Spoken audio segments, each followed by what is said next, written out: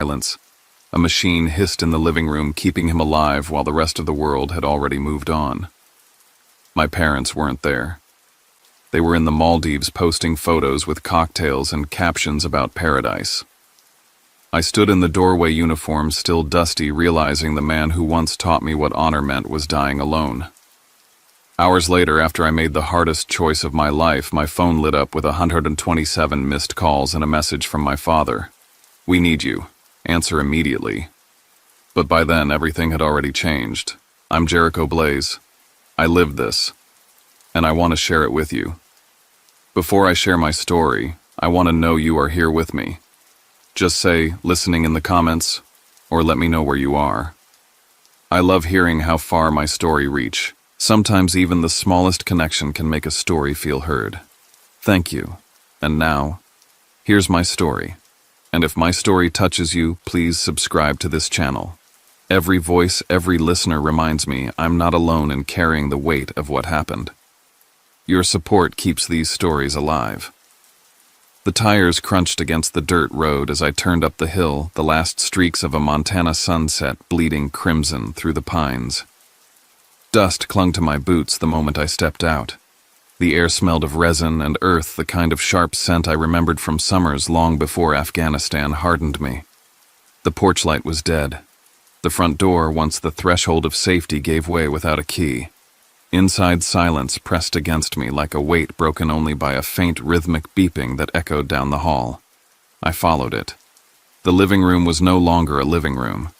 It had been transformed into a sick bay, an adjustable hospital bed, oxygen tubing monitors humming steadily. The curtains, yellow flowers my grandmother had sewn decades ago, hung limp with dust. And there on the bed lay my grandfather, Walt. His frame was frail skin, pale against the white sheets, eyelids trembling as if fighting for the strength to open. "Grandpa, it's me," I whispered, brushing sweat from his forehead, tucking the blanket tighter around his shoulders. Jericho's home.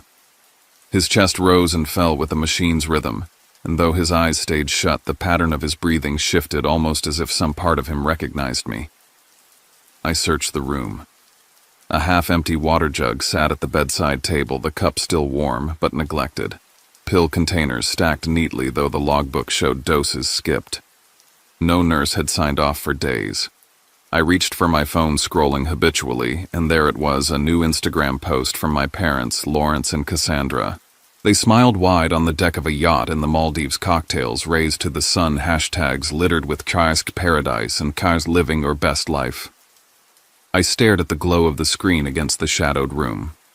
My presence at the side of this bed felt louder than any caption they could craft oceans away. My eyes drifted to the shelves. On the mantel rested a weathered wooden box. I knew what was inside: my grandmother's folded burial flag, tucked with a slip of paper in her handwriting. "Don't bury it again." On the table, a photograph of her in her nurse's uniform, gaze steady as if daring me to falter. Behind the shelf, the dust broke in a neat line, edges revealing the outline of something hidden and embedded safe. Her voice echoed in memory. "If they aren't here when he needs them, Jericho, you'll know what to do. Open the safe." I made coffee, the bitter scent filling the kitchen as I forced my body to stay awake. I pulled a chair next to Walt's bed, set alarms on my phone for medication cycles, and sat in vigil. This was what presence meant, choosing to bear witness. Yet shadows pressed closer. A crooked wedding photo hung on the wall, and when I straightened it, I found a folded note taped behind the frame. I didn't open it. Not yet. Under my grandmother's old medical notebook, a phrase caught my eye, scrawled quick claws of 12 hours. The night deepened. I finally pushed at the bookshelf, its hinges groaning and metal glinted. The safe weighted, its keypad worn from decades of use. My military service number fit without hesitation. The click of tumblers unlocking sent a jolt through me. My phone buzzed in my pocket. A private number. I answered. Silence. Then the line cut. It happened again, twice more. Someone knew I was back. On the machine by Walt's bed, a maintenance tag peeled from the tubing. Scheduled service missed 2 weeks in a row. Neglect or something worse. The safe's lock gave way with a metallic snap. My hand reached to lift the door, but I stopped. I turned instead to adjust my grandfather's mask, watching his chest rise. He came first. The secrets inside the safe could wait until morning. By dawn, fatigue had painted my eyes with shadows, but my resolve was sharper than ever. I pulled the safe door open. Dust billowed, releasing the scent of old paper and iron. Inside lay a thick envelope labeled in my grandmother's hand, "Jericho Blaze, our pride." My throat tightened at the sight. Beneath it, a legal document sealed and stamped, a small USB drive marked M1, and a slip of paper with a phone number, Everett Cole. I opened the letter first. Her words were direct, unwavering. "Don't let them shake you. They chose beaches and cocktails. You chose the bedside. That is all the court needs to know." My hands trembled as I read on. "Find someone worthy of the flag. Don't bury it again." The will was more ruthless than I expected. It named me sole heir under strict conditions. If my parents failed to be present within 12 hours of either grandparent's incapacitation, they forfeited everything. A no-contest clause barred challenges. Anyone who sued lost all rights. And the most pressing, the 12-hour clause. Within 12 hours of triggering the will, I had to notify the executor, provide medical proof of Walt's condition, and act in alignment with his advance directive. If I failed, the estate defaulted to creditors. My chest tightened. This wasn't inheritance. It was a call to arms. At the bottom of the stack was an overdue tax notice, corners frayed.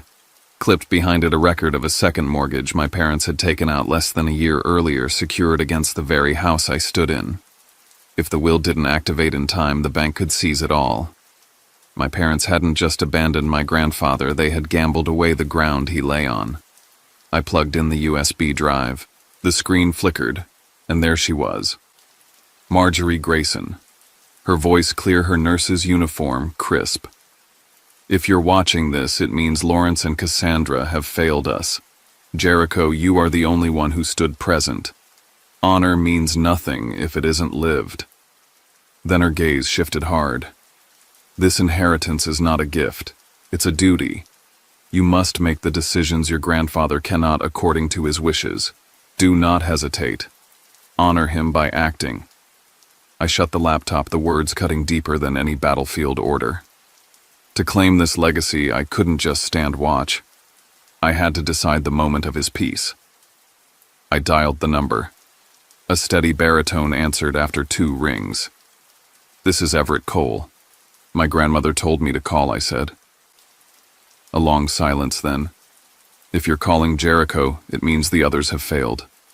I'll need proof. Time-stamped evidence of their absence. Medical verification that Walt has been in critical condition 72 hours or longer. Fax me the documents before noon. You have 12 hours, no margin." I looked at the clock. 11 hours and 52 minutes. I gathered my phone, snapping shots of the Instagram post with metadata intact, photos of skipped entries in the medicine log and the tag on the machine. Every detail became ammunition. My plan was clear: get to Bitterroot Hospital, fax the paperwork, secure medical certification, and lock the clause into law. Yet inside, war raged. I was a soldier trained to act fast, to obey without doubt, but I was also a grandson watching the man who raised me fade with each breath. To follow the clause meant honoring his directive, ending the machines when the time came. Was that justice or betrayal? The countdown ticked loud in my skull. On the USB, her final words replayed in memory. "Find someone worthy of the flag. Don't bury it again." In the back of my mind, I recalled her mention of a friend at Fort Harrison who would know. The thread stretched toward a future I hadn't yet seen. I packed the envelope, USB, and the will into my bag, snapping a photo of the safe's contents before sealing it again. The house still smelled of dust and medicine. I paused at my grandfather's side, brushing his hair back once more. "Hold on, Grandpa. I'll make this right." By the time the first light crept over the ridge, I was already heading down the road, the weight of the papers against my back, the 12-hour clock counting down with every step. I reached the hospital just as the automatic doors breathed open for the day. The lobby smelled like disinfectant and coffee that had been burned on a warmer since 4 a.m. I went straight to the administrative office, slid my military ID across the desk, and placed the envelope from the safe beside it. The clerk was a woman with silver hair and careful hands. She looked from the seal on the will to my name, then back to my face, taking in the fatigue stamped under my eyes. I told her I needed to register a family care action, that time mattered, that there was an executor waiting for confirmation. She ushered me into a side room with a fax, a scanner, and a computer that hummed like it belonged to another decade. I opened the envelope and laid everything out in a neat row. The will with its stamped pages, the copy of my grandmother's directive, the USB, and the letter that still carried a whiff of her perfume under the old paper smell. The clerk scanned my ID, watched me sign a release, and read the introductory paragraph of the will with brows pinched together. When I said there was a video, she said she could only view it on a hospital terminal and log it as supplemental evidence. I plugged in the USB. My grandmother appeared on screen, posture, straight voice, even the date and time burned into the bottom corner, and a witness placard visible in the frame. The clerk took notes as my grandmother said with plain calm that if my parents were absent during incapacitation, their rights were revoked, and that any legal challenge would void what remained for them.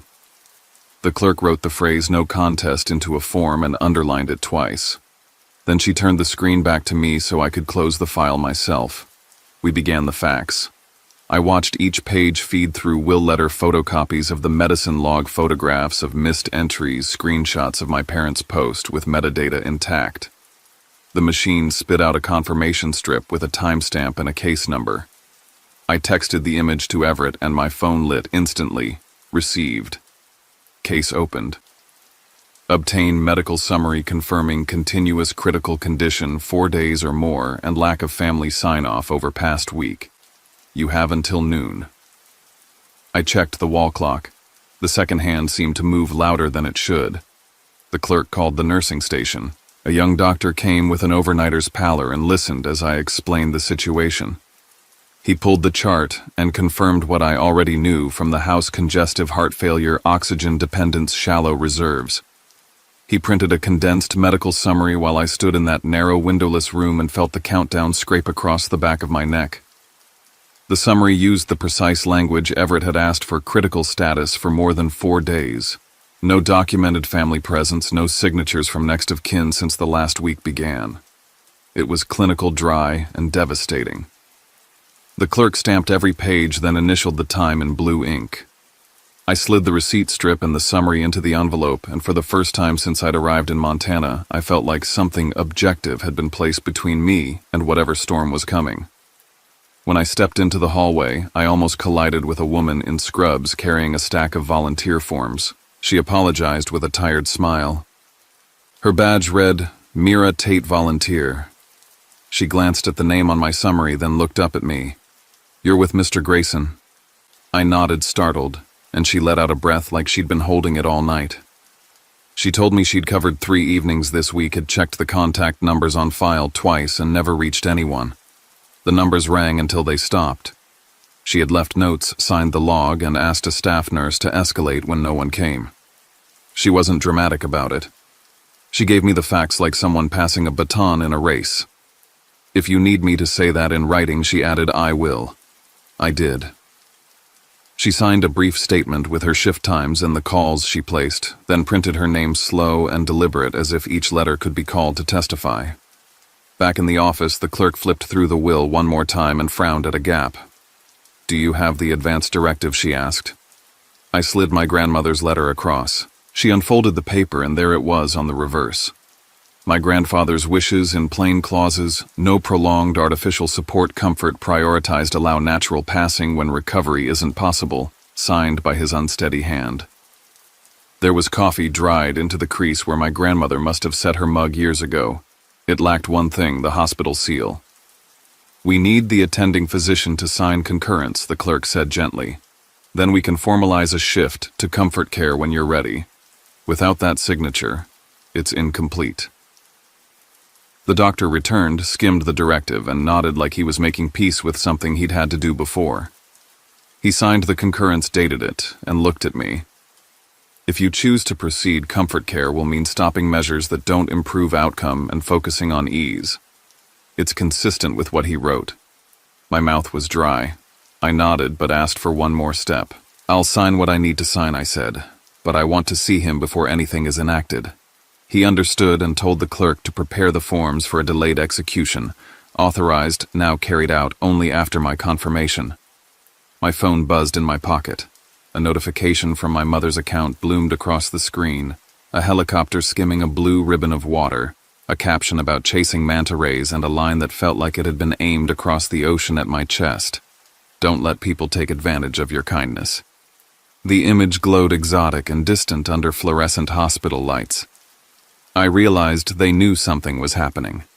They would posture as if they were being used, as if presence was optional, and love looked the same whether delivered in person or from a first-class lounge. I signed the authorization for comfort care with a scheduled hold, wrote my initials in the margin, where the nurse pointed, and tucked the fresh stack into the envelope. I pressed my thumb against the fax receipt, the ink still slightly wet. It marked the hours I had left. Mira walked me to the exit. As we passed the sliding doors, she said almost as an afterthought that her grandfather had been a ranger buried at Fort Harrison, and that if I ever needed someone to help me with flag protocol, she knew people who would show up in a heartbeat. "Sometimes that's what we owe each other," she said. To show up. The late morning air hit my face like a wake-up. I checked my phone again, a message from Everett, concise and bracing. "Your filing is live in the system. Expect calls. Keep your responses minimal. Presence is your argument." I shoved the phone in my pocket and crossed the parking lot. That was when the ping hit my home app, an alert from the living room, a spike in sound levels near the bed at an odd interval. The graph looked like a cough that wouldn't settle. I didn't think. I ran for the truck, the envelope pressed against my ribs like a second heartbeat, the road to the house already mapping itself under my tires. By the time the pines opened to the clearing, the sun had shifted just enough to turn the dust into gold. I killed the engine, left the door hanging open, and took the porch steps 2 at a time. Inside, the living room hummed with an artificial calm that didn't belong to the human body. My grandfather's chest rose in shallow pulls, the monitors beeping, pacing the thin air between us. I set the envelope on the end table and put my palm against his sternum. A short shudder ran through him, a tremor that made his hand twitch under the blanket. The monitor showed a drooping line of numbers. I called the on-call number from the hospital packet and told them I needed a home visit, told them I had the directive, told them I had already signed. The nurse said the doctor was en route and to keep my grandfather comfortable. I pulled the chair to the side of the bed and began talking. Not to fill space, just to bring him back to a place we both knew. I told him about the first time he taught me to fold a flag properly in the yard, how he'd insisted on clean angles and corners sharp as a salute. I told him about the sand that gets into everything, even inside sealed pockets, and how the quiet after a firefight can feel heavier than the noise. I told him I was here. That word mattered more than any other. The backdoor sensor chirped. I froze, checked the app, and toggled the camera. The frame caught a sliver of movement, a figure cutting away from the rear step head lowered under a cap I recognized from a neighbor who liked to walk at odd hours. Familiar enough to be benign, familiar enough to make me uneasy. I checked the deadbolt and slid the chain into place, not to barricade myself from the world, but to remind the world the threshold meant something. The doctor arrived with a satchel and a face that had done this before. He reviewed the directive, matched the date with the hospital concurrence, and looked to me. "If we proceed," he said quietly, "we'll discontinue supports that prolong without benefit. We'll manage discomfort. We'll let his body choose." He placed a pen on the clipboard and waited. I felt the weight of my own name. I remembered the crowded ocean blue in a photo I didn't take, a caption about kindness that missed the point, and I remembered my grandmother's voice, simple and unadorned, "Choose the bedside."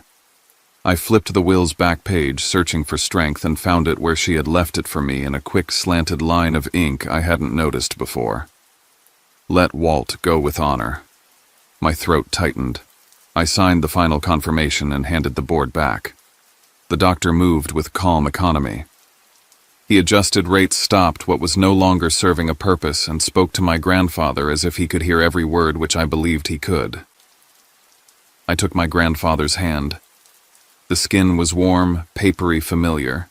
His breaths became softer spaced, like footsteps fading down a long hallway.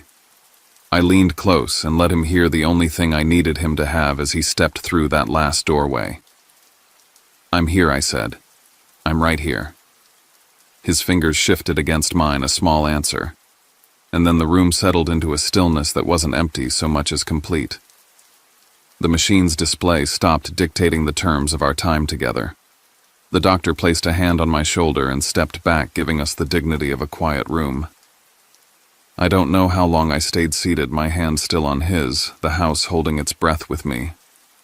Outside, a truck downshifted somewhere on the road, and a bird called from the trees, the same 3 notes in a pattern I'd heard since I was a kid. The thin strip of sunlight that had crawled across the floor reached the foot of the bed and softened. I tucked the blanket one last time, the way my grandmother used to, making sure there were no drafts, even though I knew he didn't feel them anymore. My phone vibrated on the table once, then again, then in a steady pulse that felt impatient and mechanical. I glanced down. Missed calls stacked one over the other until the screen filled with the same 2 names alternating with a number I recognized as their attorney's office. A new email broke through the flood, crisp and officious, asserting that any unilateral medical decisions were invalid without parental consent, that I would be held responsible for damages. The legal language dissolved in my vision. Presence wasn't something you could litigate away. It was either true or it wasn't. I responded to no one. I texted Everett a single-sentence comfort care completed per directive. He replied moments later, "I'm filing the final notice now." Breathe. Breath, I thought, staring at the quiet curve of my grandfather's profile, was exactly what we had finally given him a way out that wasn't a fight. I stood and went to the mantel. The wooden box waited with its careful corners and brass clasp. I didn't open it. Not yet. The flag would have its moment, but not before I called the funeral home my grandmother had circled in blue pen years ago and told them we were ready. I gave them the information the hospital had provided, spelled my grandfather's full name, and asked for a veteran's honor guard if one could be arranged. When I hung up, I sat again and let the silence come back and sit with me. The doctor returned from his car with the official forms and explained what came next. I initialed where he pointed, and he left me with a copy and a look I recognized from soldiers who knew when to step out of the shot. When the house was quiet again, I stood at the window and watched the trees accept the afternoon breeze. My phone pulsed once more. I picked it up and saw the number of missed calls jump to 81, each one a demand dressed up as concern. I turned the phone face down, placed it beside the envelope, and reached for the chair. I pulled it close as it would go, and leaned my forearms on the mattress. I kept my promise I said to the man who taught me salutes and patience, who taught me that honor isn't posture but practice. The house answered with its old wood settling, and if there was any sound beyond that, it was only the wind moving through the pines, like the low, steady breath of a country that has seen a lot and still stands. The storm outside could rage. In this room, for the first time in days, there was peace. The house was quiet, yet my phone screamed with its glowing screen. I had silenced it, but the number of missed calls climbed higher with every refresh: 70, then 100, then 127. Names I knew too well filled the log, alternating with the firm tone of their attorney's office. I sat at the kitchen table, the envelope open in front of me, and plugged the USB into my laptop. The screen flickered, and my grandmother's face filled the frame, steady and unflinching. "Jericho is the only one who showed up," she said, looking straight into the lens. "When Lawrence and Cassandra abandoned this house, he stood where honor demanded." Her eyes sharpened. "And if they challenge this will, I want the court to see their entire financial record. Let them explain the debts they created in secret." The words hit harder than any rifle report. She had known this day would come. She had known they would fight not for Walt, but for what they believed was owed. Before I could close the file, a notification buzzed across the corner of my screen. A headline from the Bitterroot Star, copied and shared across social feeds: "Young veteran seizes family estate while parents vacation abroad." A photograph I recognized appeared beside it, me in uniform, saluting during a ceremony years ago, cropped and captioned to tell a story that wasn't mine. Someone had fed them the narrative, and now it was everywhere. My inbox dinged. An email from their lawyer sat in bold letters. We are requesting an immediate freeze of all assets pending judicial review. Attached a copy of the emergency filing. I opened it. The pages brimmed with accusations of undue influence, claims that I had manipulated an ailing woman into rewriting her will, demands that the estate be held in suspension until a full trial. My grandmother's video was the only shield I had, and even that they would call into question. When I left the house later that morning to buy coffee at the local shop, the owner barely met my eyes. He handed me the cup without a word, fingers trembling slightly, as if he wanted to ask but didn't dare. Outside, a neighbor I'd known since childhood leaned on his fence. "Jericho," he said carefully, "people are saying you forced your way into that will. Is that true?" His eyes searched me for a crack. I felt the weight of the community's doubt settle on my shoulders like a second rucksack. Back inside, I shut the laptop and leaned back in the chair. My grandmother's words from the letter came back. Silence is stronger than any argument. It was the opposite of everything the army had taught me: stand tall, speak loud, command space, but here, silence might be the only weapon left. The phone rang again. I let it buzz until voicemail cut in. Then another call, and another. Everett's name finally appeared across the screen. I answered. His voice was calm, firm, the voice of someone who had walked through fire before. "They'll come to you, Jericho. Don't leave that house. Make them confront their absence here, not in some office where they can spin the story. Hold your ground." As if his words had been a cue, I heard the crunch of tires on gravel outside. I looked out the window. A rented SUV stopped at the edge of the porch. The doors opened in sync. Lawrence stepped out, first-tailored shirt, despite the long flight face, red with anger. Cassandra followed, dragging 2 glossy suitcases across the dirt like they belonged in a resort lobby, not here. Their silhouettes cut across the afternoon light, and for the first time since I had returned, I felt the full storm at my doorstep. The front door burst open before I could even reach it. Lawrence's voice thundered into the living room, rattling the photographs on the walls. "You think you can steal what doesn't belong to you? Handed over this house, the accounts, everything. It's ours."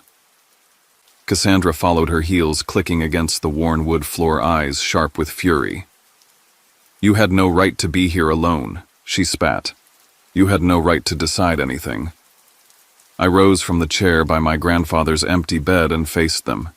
He lay here for 4 days waiting. "Where were you?" My words came out low, but the air seemed to tighten around them. Cassandra gave a humorless laugh. "We were somewhere that mattered more than this backwater town. Don't pretend you're a savior. You're just a soldier who doesn't know when the war is over." Lawrence pulled a folded paper from his bag and slammed it onto the table. It was the article from the Bitterroot Star, printed large, the headline blaring. He jabbed a finger at the photo of me in uniform. "You're using that suit, that salute, to trick people into pity. You're nothing but a fraud who hides behind medals." I didn't move. Instead, I walked to the laptop on the side table and opened the file on the USB again. The room glowed with my grandmother's image projected against the wall. Her voice filled the air, firm and resolute. Jericho is the only one who stood present. Then her tone sharpened. "If anyone dares contest this expose, every page of their financial history." For the first time, their faces faltered.